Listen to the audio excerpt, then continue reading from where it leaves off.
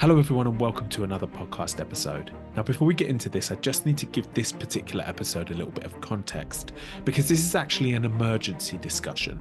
The government have proposed new guidelines to start removing relationship and sex education from children in schools. And I know that, or I believe that, to be truly dangerous using my own personal experience, knowing that if I'd had better education in schools, it could have led me to actually say something before the abuse in my childhood went too far.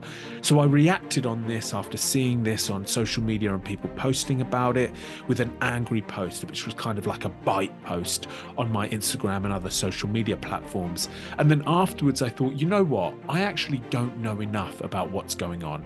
What are the changes that are being proposed? What's the pros? What's the cons of removing this from children's education? So I've decided to bring in two experts, Dr. Sophie King-Hill and Kieran McCartan, to help us understand more about what the hell is going on here. So I hope you find this insightful, informative, encouraging, engaging as always. Thank you.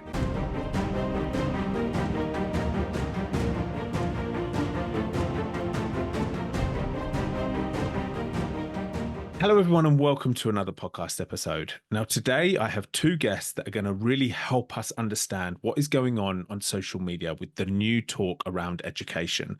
Now, I'm not going to say too much more about it because I don't really understand it in depth, but that's why I wanted to do this, because we're all interested in what's going on out there and what is potentially or is currently being taught to our young people. So could you both please just very briefly introduce yourself? Sophie, if you could go first.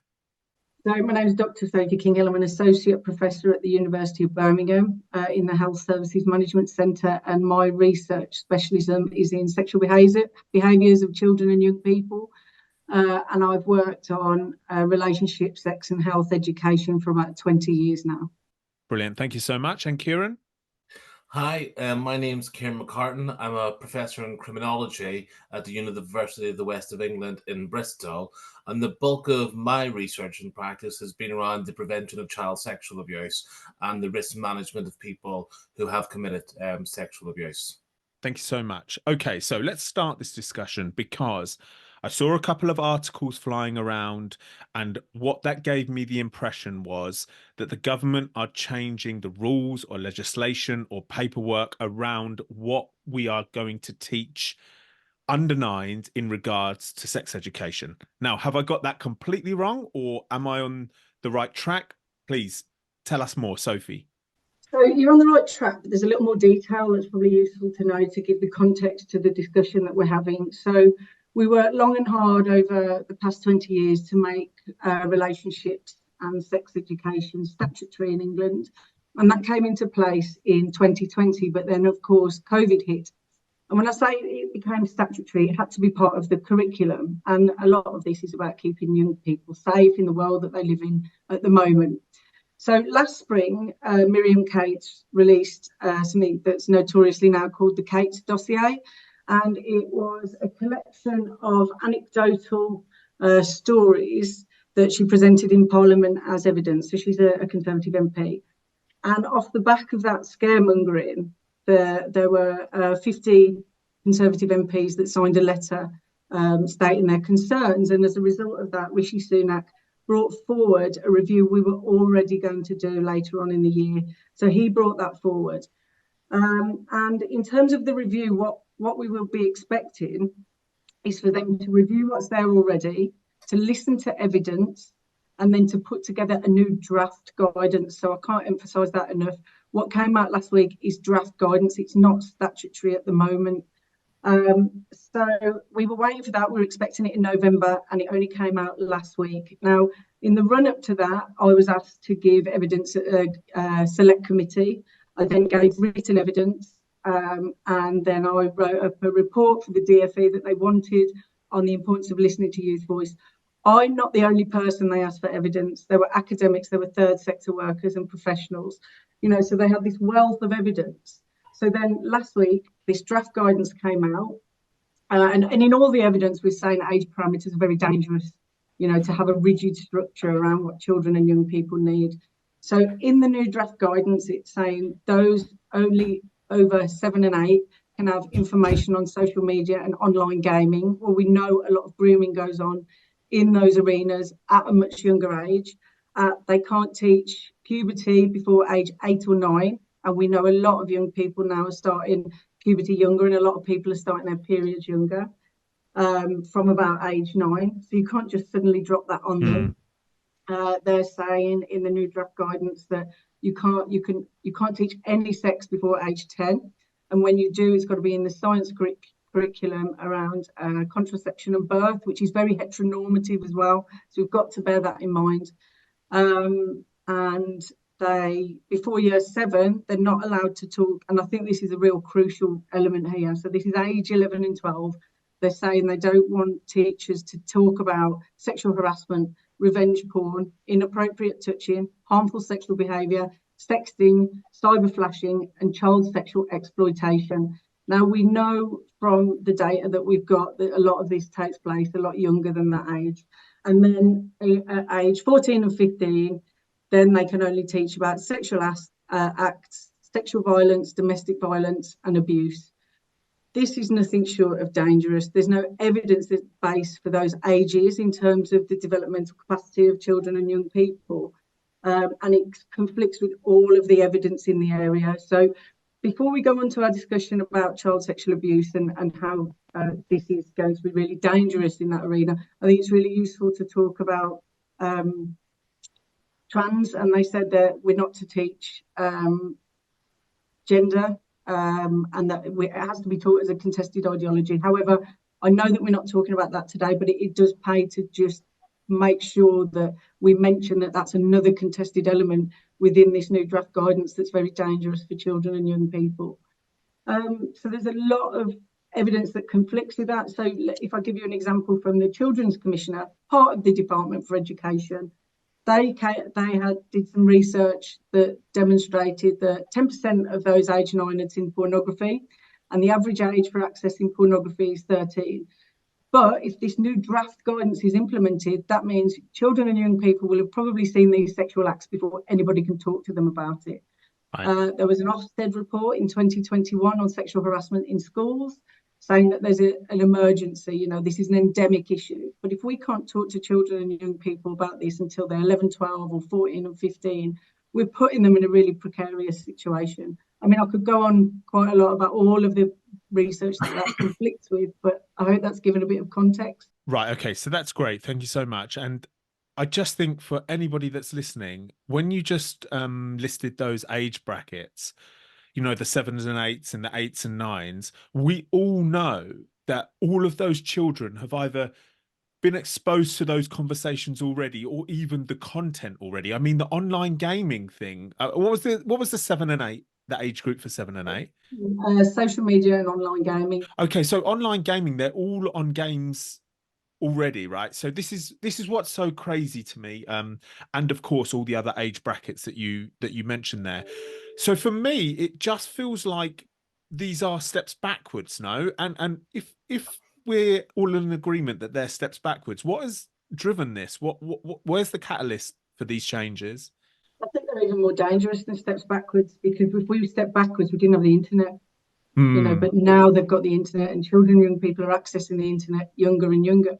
The catalyst for this is ideological positioning, the weaponisation of relationships, health and sex education, because it grips people, doesn't it, when we're talking about sex and young people in the same sentence, especially children. It makes people uncomfortable. So this is where they can kind of capture the audience.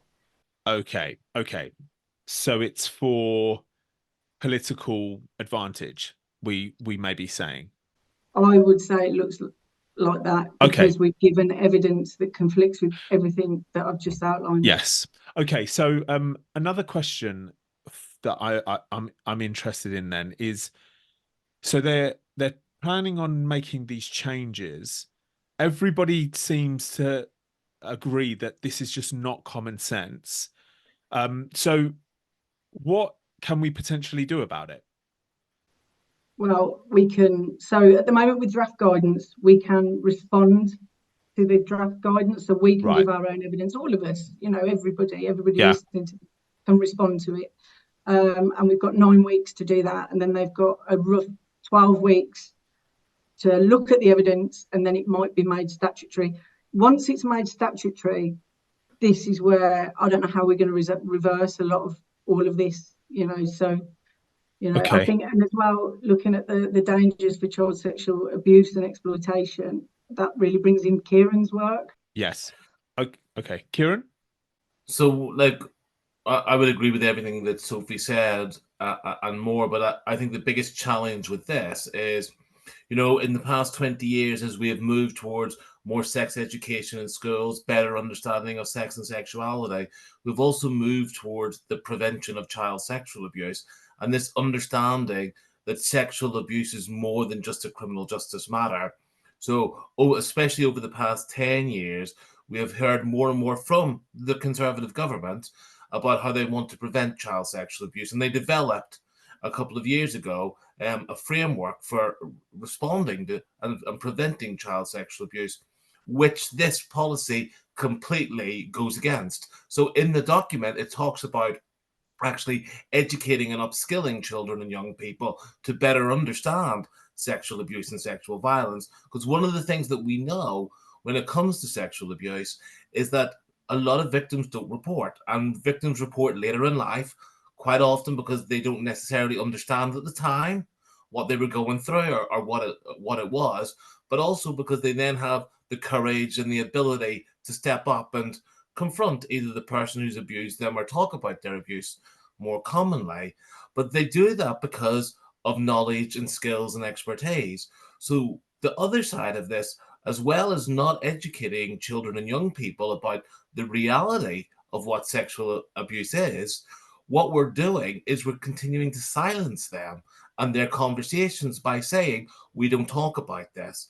And one of the real issues around this, and you see in a lot of the prevention literature about the broad-based school approach, that actually, primary prevention in schools and in society helps prevent child sexual abuse by upskilling people.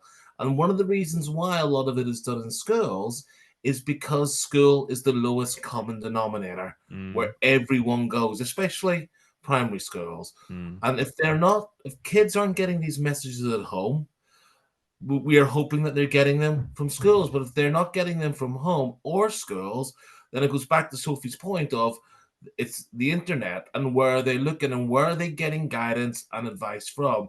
So one of the real challenging things about this is not only does it go against the flow of sex and relationship education and the development of that, it goes against the idea that actually sexual abuse is preventable, education prevents sexual abuse happening, but also, more importantly, that actually sexual abuse and the causes of it and consequences of it are health and well-being issues as much as criminal justice issues. And that really goes against a lot of what the current government has said it wants to do. And you see that in a sort of hybrid criminal justice public health strategies.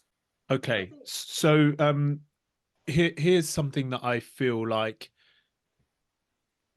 was not making sense when I put out a post about it the other day, about this whole situation, and I completely reacted in anger, and I wrote this post, and there were a lot of comments on the post saying that with people who were pleased that there is a reduction in the sex education we're giving to children. And I feel like there's a confusion here, because I feel like people think sex education for primary school kids means we're teaching them how to have sex.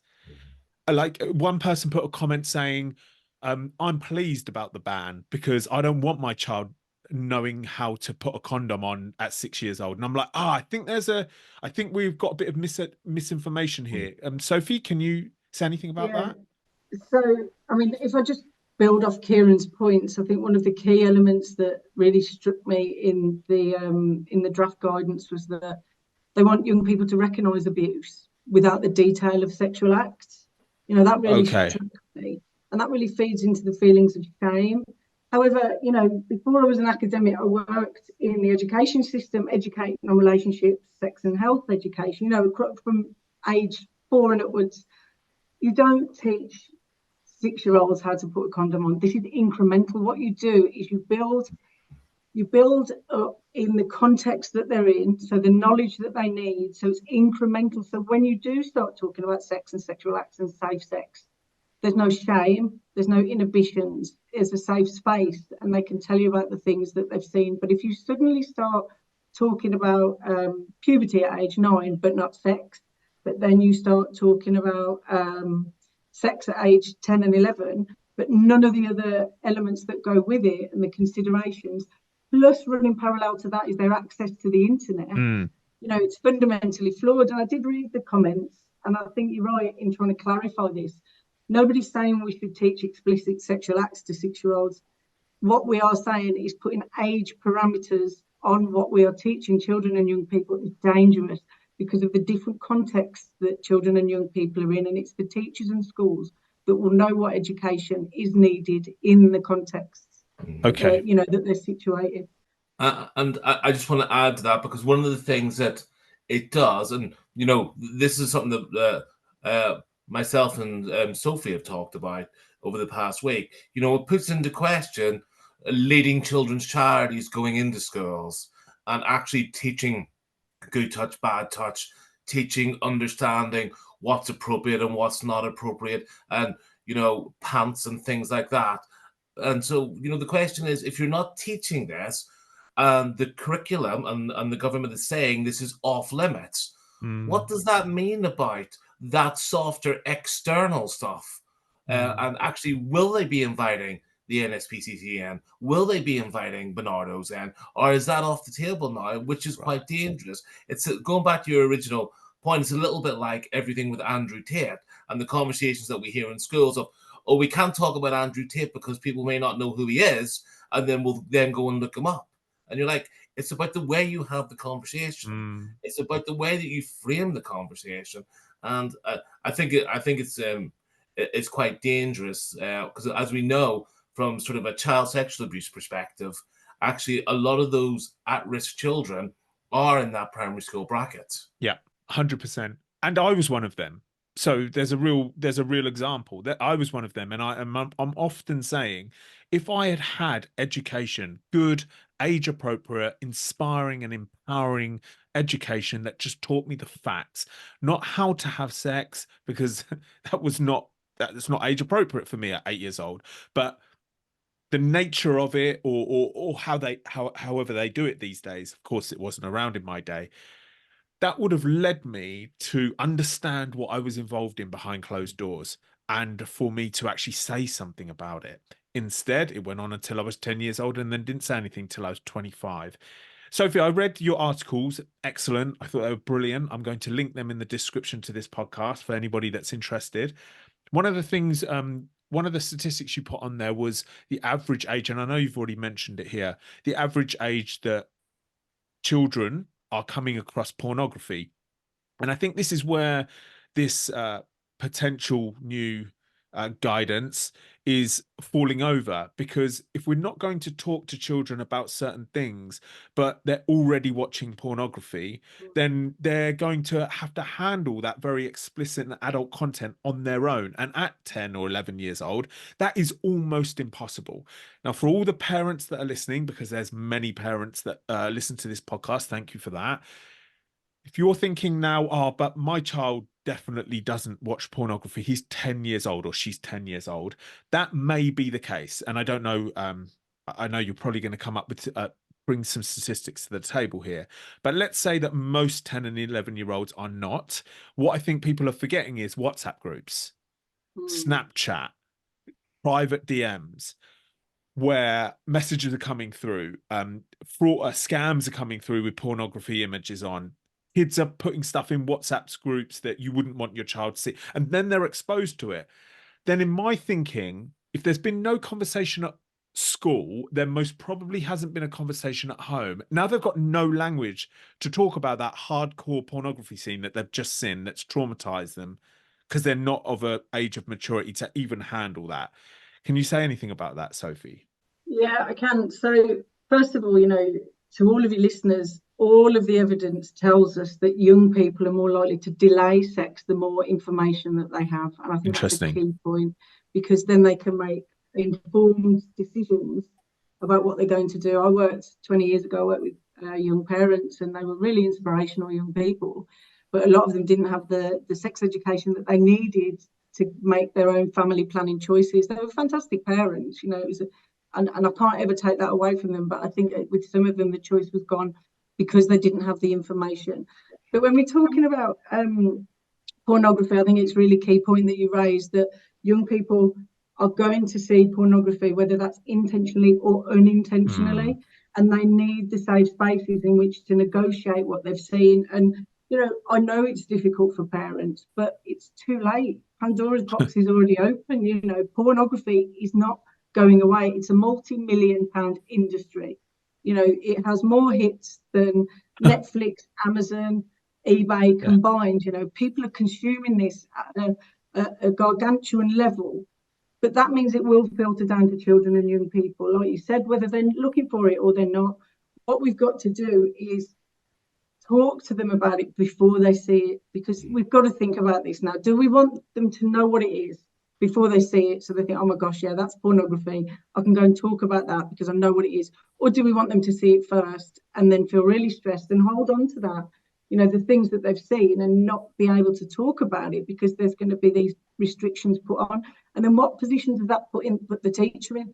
You know, if you're a teacher and you've got young people talking to you about this, you're going to feel in a very precarious position because you're going to be worried about the policy and the parents. But that's a very interesting point. Okay, so what we're saying is, if is me using the word legislation correct? As in guidance. What guidance? Draft guidance. Okay, so if the draft guidance goes ahead and bans these conversations for certain ages, that means even if a child was to reach out to a teacher and say, Miss, Sir, I saw this last night, what am I going to do about it? The teachers are almost like, oh, we can't even, like, they can't even do anything about it. There's something in the draft guidance that says what happens when children ask questions, and it says to direct them to parents and another trusted adult. However, wow. if the child is talking to the teacher, they are that trusted adult. And I think, you know, it does give caveats, but teachers are going to be guarded because they're going to be worried about parents and policy. Wow. And there's another couple of things just to say about that as well. Like, first of all, it's the amount of teacher training that there is around these topics. It's scarce, and you know, you'll get a couple of classes on your teacher training course, and then it's really at the minute down to schools and how, you know, proactive they are and who looks for stuff and where they find stuff. So it's really challenging sort of around that. And then the other big thing is, you know, you want young people to be thinking about this in a safe environment. And actually, is the home a safe environment for some of these children and young people? And the answer is quite possibly not. So actually, the fact that they're disclosing and opening up to anyone about any of this stuff can't be taken away. And what that then does is that shuts the conversation down again. And they go, oh, I was right not to say something. And that maybe reinforces the problematic behaviours that is going on and makes the young person doubt themselves. And like, one of the things that we really have to think about coherently in this is actually, what is the message that you're sending in saying this? If we're saying that you have to go and find a responsible adult that's not a teacher, then you have to be thinking, who is that responsible adult? Where are they going to find that person?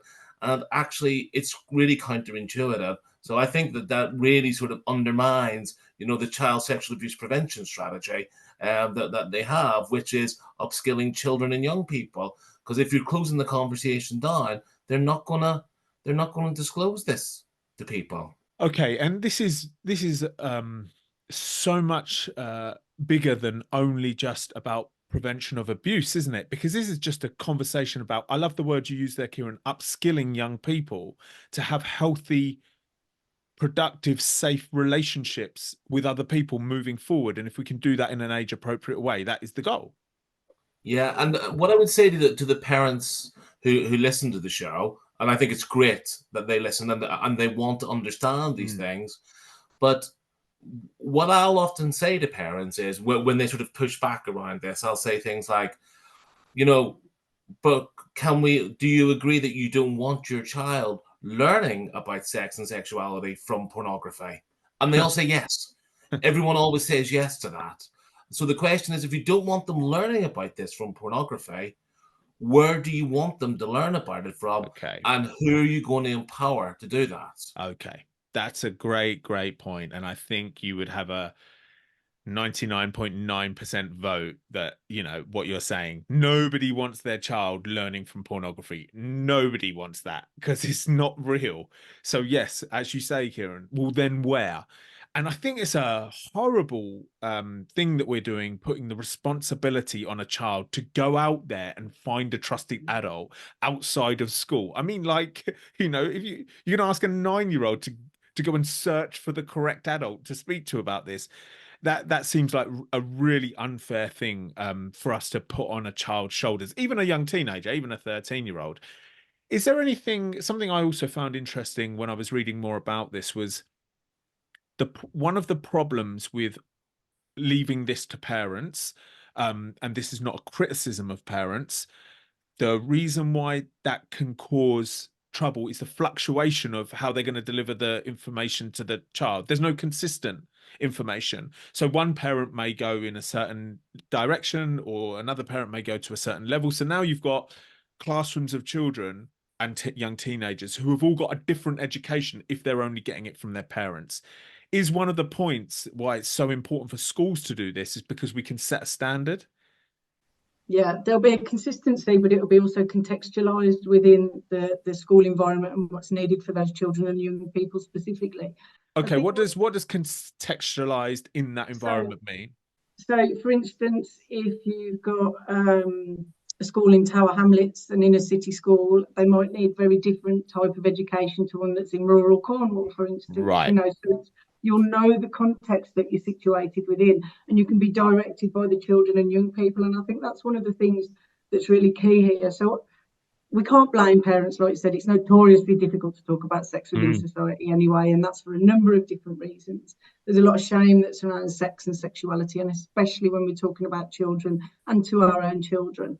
But also when so I've done a lot of research with young people about youth voice, and so have the colleagues in the field. And young people are consistent. They've got the agency. They're consistently telling us relationship, sex and health education is too little too late. They want it before the access to the internet.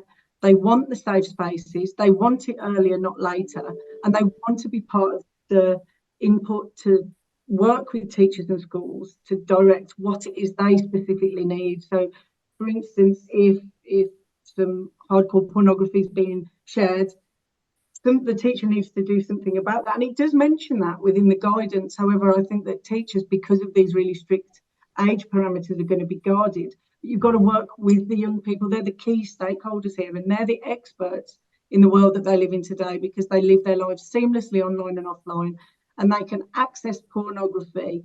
They need to hit 2 buttons on their phone and they can access pornography, and quite extreme pornography, and they need those safe spaces. But they tell us that, you know, young people are saying we want more, you know, and that's not just my research. There's lots of different academics and professionals in the field that are saying the same thing. Okay, so this becomes really interesting when we start to talk about the feedback or the research that has been done with young people about what they would like. Can you talk about that a little bit, please? Yeah, so young people want to be involved in the development of sex education and sex and relationships education policies within the schools. They want to be involved in designing what they need.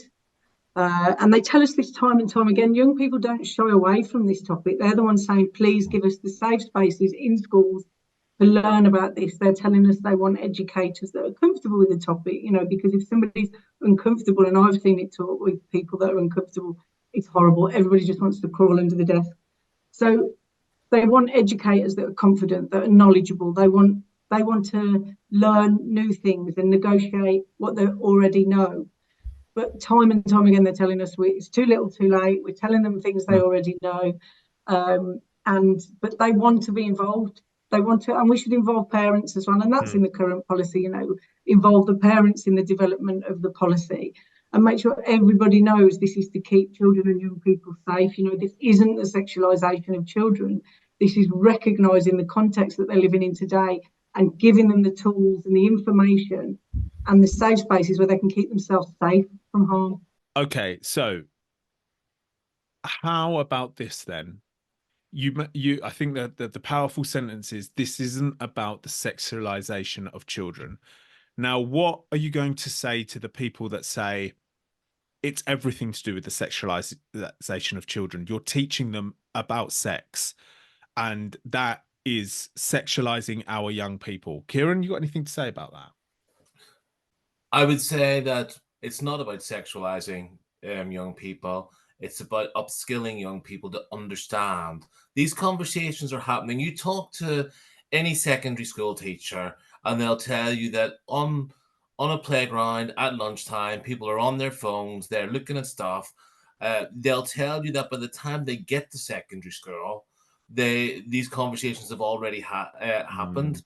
They will tell you that actually they can't monitor and control playgrounds and conversations in secondary school the same way they can in primary school.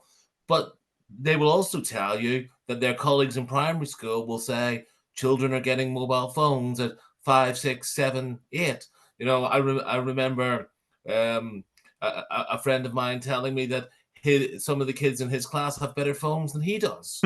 And so, you know, so one of the challenges about this is already happening. This is already out there. And I would also point out that, you know, we do sexualize our children anyway. I've worked in this field. I've worked with pedophilia. I've worked with child sexual abuse for 20 years now. We sexualize our children anyway. You just look at TV, you look at movies, you look at discourses. So let's not pretend that this isn't already happening and this is an exclusive rule for one and not for the other. I think we need to be able to be honest with each other and say, you know, child sexual abuse happens. It affects so many people. One of the stats that I always hear thrown back is, you know, 1 in 3 young people are impacted by child sexual abuse. You know what? Do you know what else affects 1 in 2 and 1 in 3 people in society? Cancer. We don't talk about child abuse and we don't talk about harmful sexual behavior in young people the same way we talk about cancer. We don't open up to that conversation. We try to push the conversation down and say it doesn't happen. So I would say our children are being sexualized anyway. Let's confront the issue head on and give them the skills to do something about it. So powerful, so powerful. So the Netflix show Baby Reindeer, right? Got me gripped. Amazing, skillful, great story, exposing the complications of a human being that has been through various situations. I absolutely thought it was brilliant. But what actually surprised me so much is the different age groups that have actually watched it, right? So you've got people in year 7 and 8 that have watched that show, right? And it's got scenes of rape in it, right? So let's take that as a great example, actually. So we're all okay for Netflix to be shown to all ages. Like nobody really batters an eyelid at that. So let's say a year 7 or let's take a year 8 then, right? So 12 to 13 years old has watched Baby Reindeer. There's intense scenes of rape in there, molestation, abuse, sexual, emotional, all of that. And it's a gripping show. They watch it until the end. Then they go in the playground. All their mates have watched it. And now they're talking about it. And they've got no education on how to pick that series apart. And now what they're doing is they're just using each other to educate each other, which obviously is no good. I think if we take a step back from all of that and think about the United Nations Rights of the Child and the articles in that state, they need access to information to keep them safe, and their best interests should be top priority. So that's coming from the United Nations Rights of the Child. So when you're talking about situations like that, you know, there's this overarching constitution that's supposed to protect children through giving them the information that they need. You know, it's a bit like Kieran said, as soon as I read the guidance, I was like, did the government forget there's the internet? Did they forget? You know, it really was. Honestly, my jaw hit the floor. It was these conversations are going to take place in the playground, and there's going to be no safe spaces for which to negotiate these. And when they try, are they going to get shut down because teachers are concerned and they're worried because of what's going to happen? You know, the only hope we've got is that this doesn't become statutory. Okay. But that will depend on when the election's called. Okay. But I also think there's something about a knowledge gap in there. So, you know, grandparents will often say, oh, I wouldn't like to be a young person today. The world's very different. But, you know, you think about us, you know, we're all probably in our 40s. You know, we're that generation that have kids in primary and secondary school. So we don't. So actually, you know, we're probably sitting there thinking, and you hear this from parents all the time, well, I grew up with the internet. I grew up with TV. I grew up with gaming, and it didn't do me any harm. You're like, yeah, but you're not exposed to it, and you have a different view of it in a different way. So, you know, it's that argument that sometimes a little knowledge can be a dangerous thing because you're not looking at it from the perspective of the young people. And I think that's the really valuable thing. And I think that's something that really came across, as Sophie indicated. You know, there's no consultation with young people in this whatsoever. And that's surprising, because actually, if you were to do this in health, or if you were to do this in welfare, you would have service user involvement. And this seems to be missing from these draft guidelines. Why? Why? Well, no, they asked for, they welcomed a report from me on Youth Voice that, you know, is out there that I've published, that they welcomed, they wanted it. You know, I had a meeting with the civil service who said, yeah, you know, we'd like this to involve Youth Voice as an input. And it was a small report, but it echoes a whole wealth of evidence in the area from other people that have done studies on young people. And there's absolutely nothing in the guidance, in the draft guidance, that reflects what young people have said in my research and that of others. You know, like I said, I went and gave evidence with others, you know, and they weren't short of it. So, yeah, it's there's a lot to negotiate. There's a lot to negotiate for parents as well, because they're going to feel really conflicted now, aren't they? You know, we're saying one thing and the government's saying another. All they want to do is keep their children safe. Yeah. But it's a very different environment. Even if you look at an 18-year-old and an 8-year-old, you know, that 8-year-old in a very different environment than the 18-year-old was when they were 8. You know, things are moving very, very rapidly. You've only got to look at things like AI. Yeah. You know, and revenge porn and things like this. That's really building, and deep fakes. You know, that's just sitting on the periphery. Access to pornography. The government are having conversations about people looking at teen porn, TEEN, like teenage porn. They're not even barking up the wrong tree. They're in the wrong forest. One of the top searches is hentai, which is like anime. And again, that's damaging in very different ways. So we need to be having these very rapid, very current conversations. And the only way we can do that is to involve young people, because they can tell us what they need. Yeah, I mean, I think it's mind-blowing that I know they've asked you for your reports and your articles and your research, and they must have read it, let's say. But before anything like this is implemented, surely this has to be like a huge research program to get what today's young people are saying. First, I've got something that's I'm trying to think about in my head, and that is, well, for the people that want this change, majority-wise, what if you could like kind of still man the other side of your own argument? Like, what are these people thinking this is going to bring, these changes? I think it's about their thinking. So a lot of people, a lot of parents, they're not going to come from a malicious perspective on this. They're going to think that they're protecting their children and young people, when actually what they're doing is really to prevent them having that education is really dangerous. So it's about having those conversations, but gently, you know, because a lot of parents and carers aren't doing this because they want to damage their children. No. It's because we don't talk about it enough in society. But the evidence is there. You know, the evidence over the last 20 years from lots of different fields. So if you think of me and Kieran, we're from very different backgrounds, very different fields, but we're saying the same thing. You know, you've got educationalists saying the same thing. You've got third sector charities saying the same thing.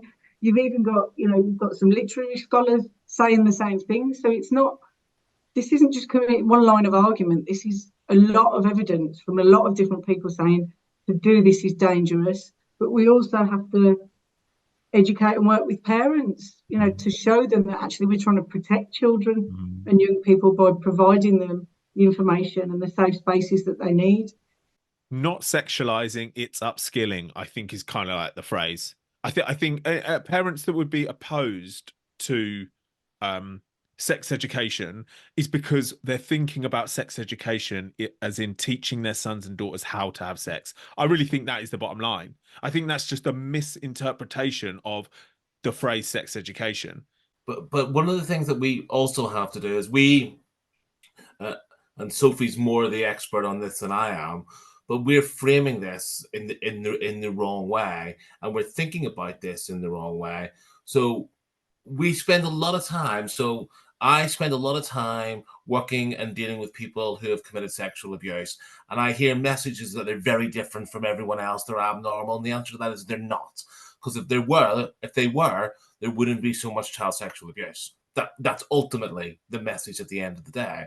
So one of the things that we have to keep in mind in this is we keep to our own quite a lot. So we tell everyone that sexual abuse and sexual offending is radically different from everything else around us. But actually, if you look at prevention and smoking, if you look at prevention and wearing a safety belt, like even if you just take smoking, you look at the journey we have came on in 20 years around smoking. And some of that is legislative, but some of that's educating children about the harms of smoking and what that looks like. So if we're happy to do it in one field, if we're happy to do it in traffic death prevention, if we're happy to do it in smoking, if we're happy to do it around healthy eating and a reduction in diabetes, why are we not happy to do it in this? Because it's the same principle and the same message. It's just the topic's different. And why is it so different? Well, I think it comes back to that conversation about it's sex and sexuality, and people are, as Sophie said, are shameful of talking about it. Parents are uncomfortable of talking about it. You think back to our generation and the generation before, and the talk maybe came from a parent, and everyone remembers that talk because it was so awkward and traumatizing across the board.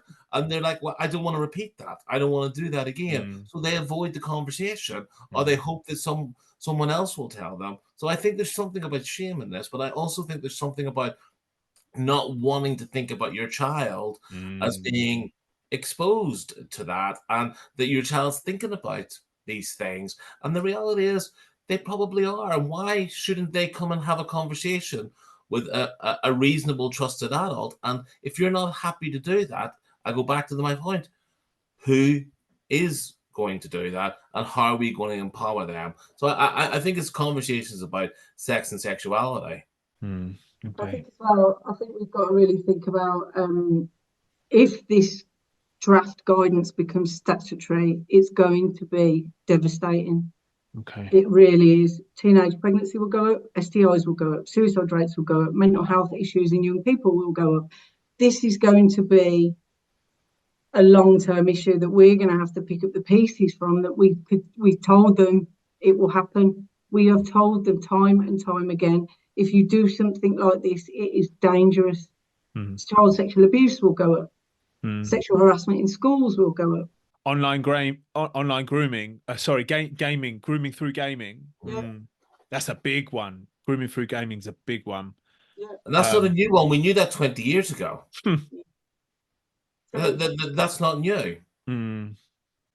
So where this draft guidance, what's happening now with it? What's the timeline with it? 9 weeks for everybody to respond to it. So you can go online on the DfE website and you can respond to the draft guidance and give your evidence and give your stories.